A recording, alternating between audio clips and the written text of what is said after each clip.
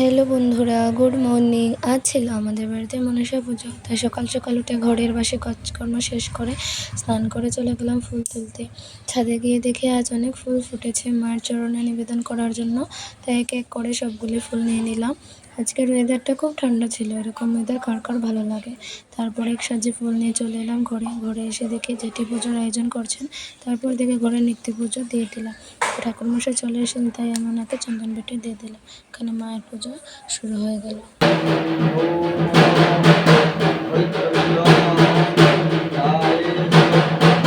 আমাদের এই পুজোটি প্রতি বছরই করা হয়। আমরা মায়ের ঘট পুজো করি। এদিকে সব ভোগ মাকে নিবেদন করা হলো। তারপর অঞ্জলি দেওয়ার জন্য ফুল বেলপাতা নিয়ে বসে পড়লাম। অঞ্জলি দেওয়ার পর এখানে যজ্ঞ শুরু হয়ে গেল।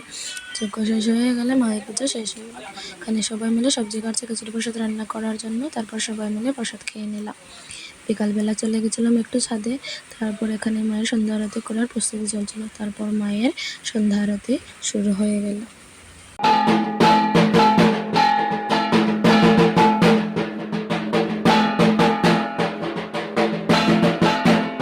সন্ধ্যা আরতির পর আর কোনো ভিডিও করা হয়নি, তাই ভাবলাম যতটুকুই করেছি তোমাদের সাথে সব শেয়ার করি। আমার ভিডিও যদি তোমাদের ভালো লাগে তাহলে লাইক, কমেন্ট এবং সাবস্ক্রাইব করে দেবো। টাটা।